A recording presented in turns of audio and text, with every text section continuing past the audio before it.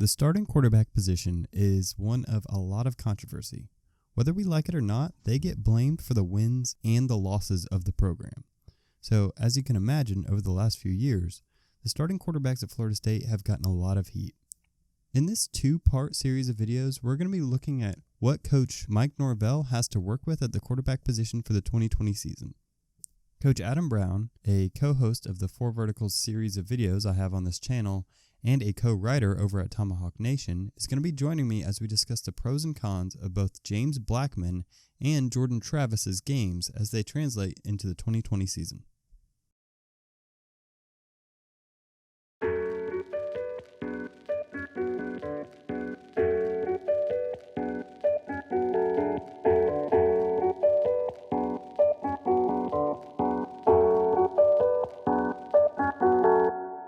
All right, so they're running verticals here with a crosser tag, and it looks like he just is staring DJ down the whole way, which we've seen be a problem of getting locked onto one guy.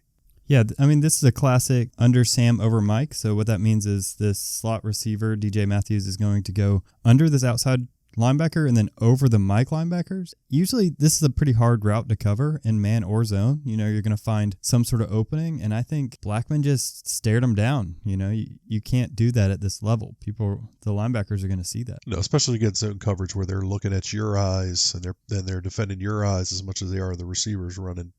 I wonder if he should have held this a little bit longer and let DJ pop open. But then I also look at that seam that's created up at the top by the offensive line. If he shouldn't have stepped up in the pocket and kind of gotten out and found some free yards by running the ball here. I mean, this is late in the year, but you just got to step into this throw, right? Yeah, I mean, you see it coming down the barrel of the gun here, but for your team on 3rd and 8, you got a shot at a big play. You got to step up and make this throw. I don't know what the look off to the back is. You know, are you being cute? Is that how it's coached? It's hard to tell, but I mean, deliver the football. I appreciate that he gets rid of the ball quickly because, again, one of his biggest problems last year was holding on to the ball, and this is the right read. You have a shot on 3rd and 8 to get a first down if you hit this drag route. But well, it's funny that you talk about getting rid of the ball quickly, but the problem is the elongated delivery. Look at the ball drop before it's going to come out. I mean, it just takes forever to get out of his hand.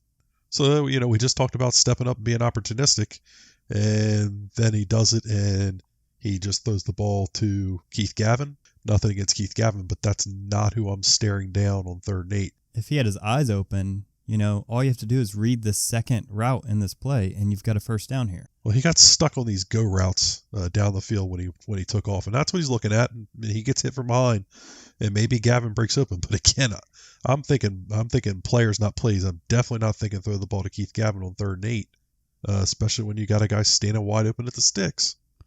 Yeah, and again, this might also be another one of those situations where his longer motion might have hurt him. Yeah, so again, decision-making not always in James's best attribute. So, you know, James firing that thing deep to Terry. I mean, it's nice to see. This was the big plays they needed all year long to kind of get points. This is one case where, you know, steps up in the pocket, looks down the barrel of the gun, the backer coming at him, and delivers a nice on-target football for Terry to run away. This is where you can see why he's staring down the receiver in the last route, is because he sees that there's a single safety here. He knows that means he's going to have a shot one-on-one with this corner down here, and he takes it. And honestly, it's just a beautiful throw. It's great. He reads the safety in the middle of the field, and that safety's just never going to get there. He does a good job of looking the safety to the left a little bit too. So, you know, there's good there with James. He can manipulate secondary defenders. He just needs to be consistent. It's a skill to be able to read the field, and I just don't think that's something that he has in his toolbox right now. It's also a skill to be able to feel the pocket, and he does a nice job here. He's moving around, finding a little bit of space. I thought that was something he did better as the year went on. Yeah, so here's a shot at an RPO. We discussed this a little bit earlier. If you look at the linemen, they're downfield. I can't believe there's not a flag on this ball. The ball comes out late, but some of it's because of the safety standing in the hole. But James makes a great read. He's reading the middle backer.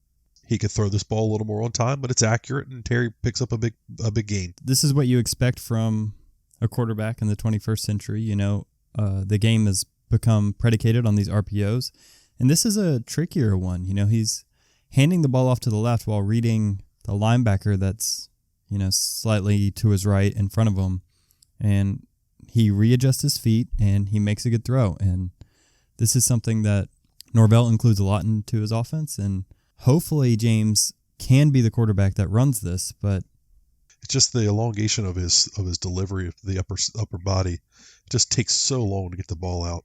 Again, what makes this play good for him that is kind of abnormal for him is he anticipates this throw getting open before it actually is. His anticipation is not great. He tends to hold onto the ball until someone's wide open, and that's why you see him eat the ball a lot. So this is one of my favorite plays by James. We've talked a little bit about him moving about in the pocket, and here, he's a sneaky good athlete. People don't give him enough credit for his ability to run. It's not something he's been asked to do a lot in his time at Florida State. He did a little bit his first year, but here's a great delivery. He gets downhill on the scramble. He gets his belly button, shoulder square to line of scrimmage, his belly button to his target. He comes downhill and makes a nice throw to McKitty.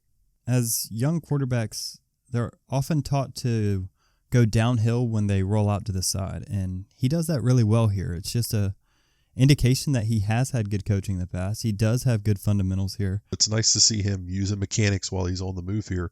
You're under duress. You like to see kids processing things while they're under duress, and he's clearly doing that with his technique.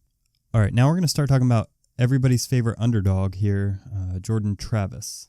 So everybody's going to think of Jordan as a big-time runner, and rightfully so. But there's some tools in there as a thrower, too. When he got criticism as being a passer, this is the kind of thing that you're looking at. We had a limited database to work with. Last year, the reason he wasn't playing, we heard over and over, was his throwing ability. Yeah, and you look at his technique. I mean, he's just out of rhythm. His upper body and his lower body, they're not in sync, which is going to make it tough. I think his base is a little wide, but his upper body's just so far ahead of his lower body. There's no real rotation, which kind of going to generate power for you. He's not over that front knee, which again is going to generate some power on the throw. He looks like a shortstop trying to pull a double play. He's just trying to get the ball out of his hands quickly, and he's not necessarily getting power behind this throw. And this is a long throw. It's from the opposite hash. And so you've got to make this on a line, or else against a non-freshman, this is probably picked and going the other way. So when going through the film, I saw this as kind of like a red flag kind of play. It's not a terrible throw, but it's about inches away from being a terrible throw. Yeah, but I tell you what I like about it is the anticipation. He sees this dig coming open. He sees that backer getting out of there, and that thing's going to come open behind him, which is nice. He's seeing this receiver come open before he comes open. And this is a skill that isn't taught. This has to be felt. This has to be experienced. And having a quarterback in your arsenal that can get the ball out of his hands quick, knows where the ball needs to go, this is pretty nice. But again, the accuracy is a red flag. Well, look at the wind up for him trying to get the ball more than 10 yards downfield. I mean, he really lengthens that thing out to try to generate power. I think this was his best throw in the spring game. It's got a little velocity on it. He does a good job of understanding where this ball needs to go. Just looking at him mechanically, he's in better rhythm here. I like how he gets it right past this linebacker and doesn't throw the receiver into the safety. This is a well-placed ball, So everybody's favorite thing to see Jordan Travis do, run the football. First play he ever played for Florida State, and this is what he does. Yeah, I mean, this is stuff you can't teach. I mean, instincts when you're running the ball, setting up blocks, setting up moves. This is next level stuff. And we haven't seen a ton of this out of Norvell. We know it's in the playbook. We've seen a little bit of it. But I'm curious to see if he can find a way to utilize a special talent like that.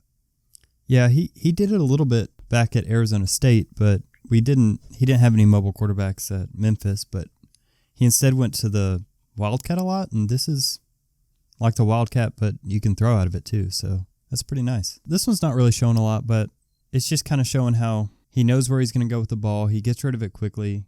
This is something we didn't see a lot of out of the quarterbacks last year. This is more of what you should expect if he is the quarterback. Rhythm throws and matriculating the ball down the field are just as important as long throws and big touchdowns. These are chain movers, and getting the ball out on time, being accurate in the middle of the field, those are important things. And I wish we could have gotten some film of Jordan throwing the ball in season. This is against a bland defense in the spring game, but still.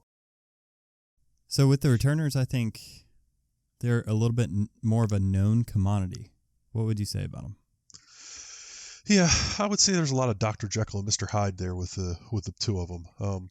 I think James is kind of a kid that's taken a beating in the fan base, and it's not necessarily fair. But he's brought some of that on himself with his temper tantrums during games.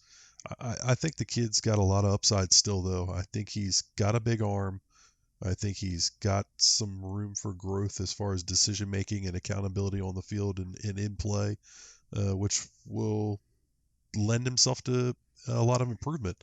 Whereas Jordan, I still think there's so much unknown about his arm and his ability to throw the football, but we know what he can do with his legs, and it's special.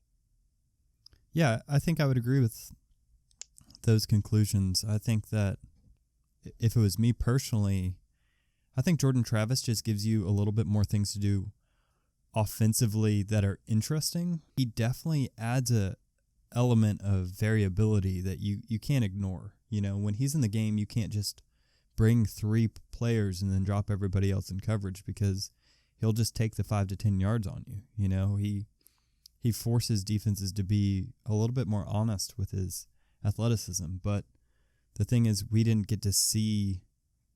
have the film that shows all of his negatives. We don't have seasons worth of evidence of the things that can go wrong when he plays.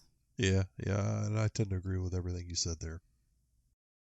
Make sure to like and subscribe to this video and check us out over on Tomahawk Nation, where we've got more great content. Thanks.